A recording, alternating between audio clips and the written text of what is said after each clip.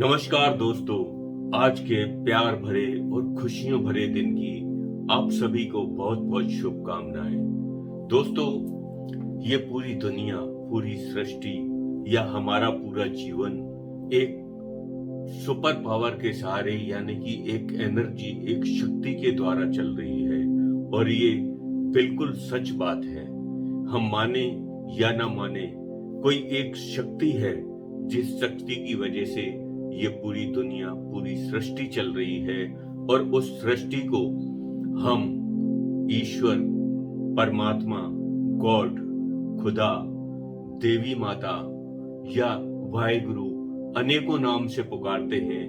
आप जिसमें भी बिलीव करते हो, जिसको भी मानते हो, उसका शुक्रिया अदा करना, ग्रेटिट्यूड करना, उनका आभार मानना शुरू कीजिए। तो आपके जीवन में खुशियां ही खुशियां बढ़ती ही चली जाएंगी, क्योंकि ग्रेटिट्यूड में बहुत ज्यादा शक्ति है। जब हम ग्रेटिट्यूड करना शुरू करते हैं अपने परमात्मा का, अपने ईश्वर का, उस खुदा का, अपने गुरु का शुक्रिया अदा करते हैं, तो हमारे जीवन में पॉजिटिव एनर्जी बढ़ती है। और उस पॉजिटिव एनर्जी से हमारे जीवन में हम एक चुंबक का काम करते हैं, जिससे खुशियां हमारे तरफ अट्रैक्ट होती हैं। दोस्तों, हमें अपने जीवन में रोज ग्रेटिट्यूड इस्तेमाल करना चाहिए। जैसे किसी से भी हम कोई भी काम कराएं तो उसे थैंक यू बोलें। रोज सुबह उठकर परमात्मा का शुक्रिया अदा करें कि हे परमात्मा, आपने हमें आज का सुंदर, खूबसूरत, स्वास्थ्य भरा, खुशियों भरा दिन दिखाया, उसके लिए आपका शुक्रिया अदा। इसी तरह रात को सोते समय आप परमात्मा का, ईश्वर का फिर से शुक्रिया अदा करें कि हे ईश्वर, आपने आज का पूरा दिन सुखमय, आनंदमय और स्वास्थ्य भरा बिताया, खुशियों भरा बिताया।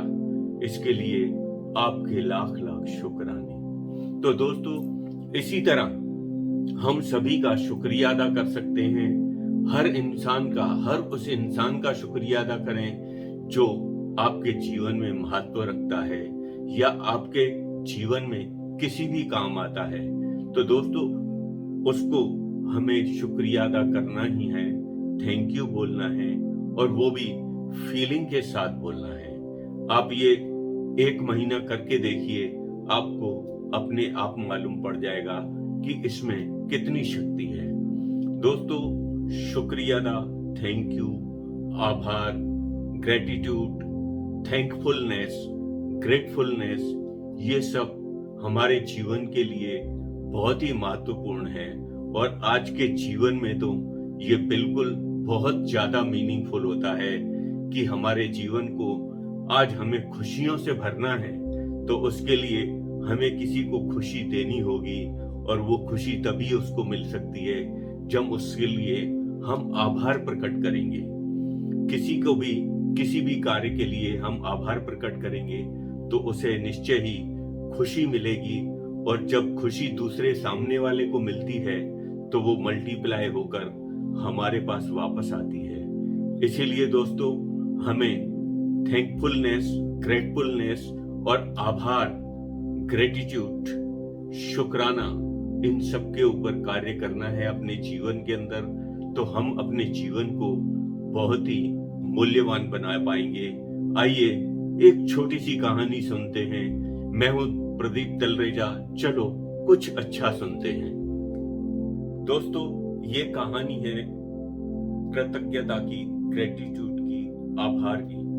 दोस्तों, एक शहर में, एक ऑफिस में एक व्यक्ति काम करता था और उस व्यक्ति का काम बहुत ही सुंदर था। वो अपने ऑफिस के प्रति बहुत ही शानदार काम करता था और ऑफिस के प्रति, अपने बॉस के प्रति वफादार था।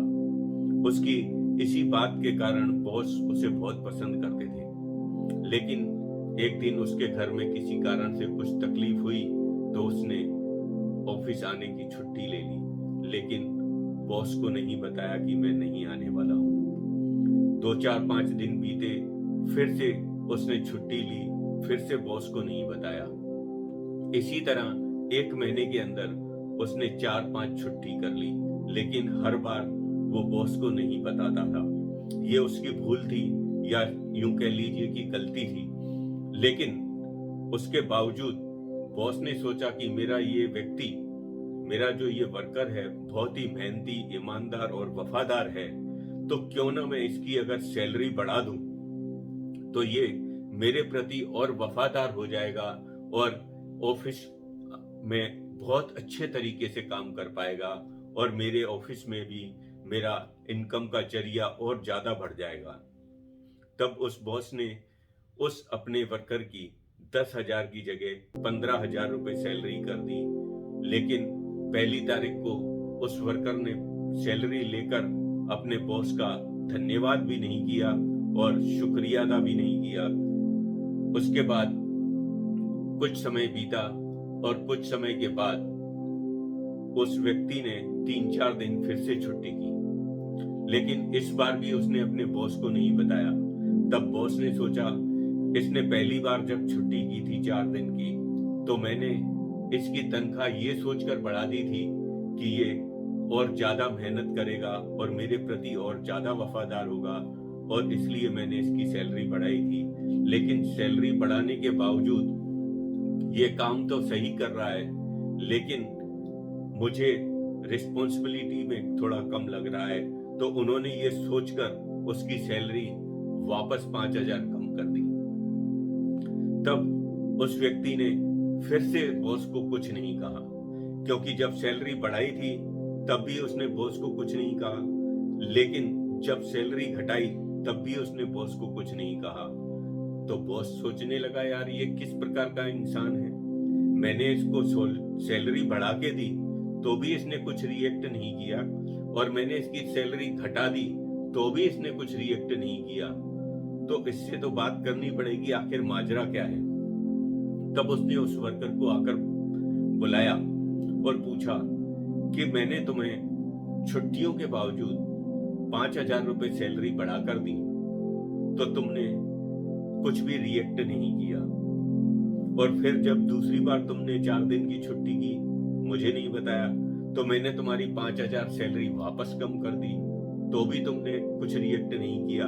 आखिर इसका कारण क्या है, इसका राज क्या है?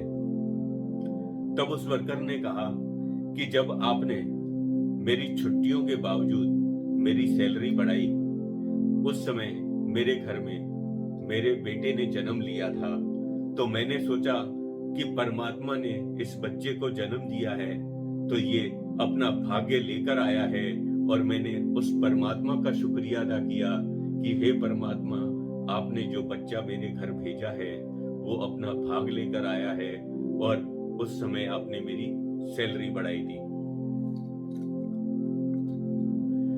फिर बॉस ने उससे पूछा कि ठीक है, सैलरी बढ़ाने वाली बात तो मैं समझ गया, लेकिन जब मैंने तुम्हारी सैलरी कम की तब भी तुमने कोई रिएक्ट नहीं किया। तो उसने बोला, जब आपने मेरी सैलरी कम की तब मेरी माँ का निधन हो गया था, तो मैंने सोचा कि मेरी माँ अपना हिस्सा अपने साथ ले गई, और मैंने तब भी उस परमपिता परमात्मा का शुक्रिया अदा किया कि हे परमात्मा, मेरी माँ सुख से आपके चरणों में आई है और वो अपना हिस्सा लेकर चली गई। इसके लिए मैं आपका बहुत बहुत शुक्रगुजार हूँ। तो दोस्तों, उस प्रकार उसने सेठ को ये बातें बताई तो उसके सेठ का दिमाग भी चकरा गया। उसने सोचा, यार इतना बेहतरीन इंसान मेरे अंडर में काम कर रहा है, और उन्होंने उसे धन्यवाद कहा और बोला कि तुमने मुझे जीवन की बहुत बड़ी सीख दी है, मैं तुम्हें अपना गुरु मानता हूँ। दोस्तों, इसी तरह हम जीवन में छोटी छोटी बातों पर उस परमपिता परमात्मा का, उस सुपर पावर का, उस सुपर शक्ति का, अपने सतगुरु का, अपने ईश्वर खुदा वाहेगुरु का शुक्रिया अदा कर सकते हैं, शुक्राना कर सकते हैं कि हे भगवान, हे परमात्मा, आपके लाख लाख शुक्राने हैं कि आपने हमें इतना बेहतरीन जीवन दिया है। अगर कोई जिंदगी में पूछे क्या खोया क्या पाया, तो बेशक कहना, जो कुछ खोया वो मेरी नादानी थी और जो कुछ पाया वो मेरे प्रभु की, मेरे सदगुरु की, मेरे ईश्वर की मेहरबानी थी। खूबसूरत सा रिश्ता है मेरा और प्रभु के बीच में, खूबसूरत सा रिश्ता है मेरा और मेरे प्रभु के बीच में, मेरे सतगुरु के बीच में। ज्यादा मैं मांगता नहीं और कम वो देता नहीं। दोस्तों, आइए हम और आप भी इसी प्रकार अपने जीवन में उस परमात्मा का शुक्रगुजार रहें, शुक्राना माने कि उन्होंने हमें अमूल्य जीवन दिया है। आप सभी खुश रहें, खुशहाल रहें, आबाद रहें। जियो दिल से चैनल सब्सक्राइब करें, वीडियो को लाइक और शेयर जरूर करें। जियो दिल से।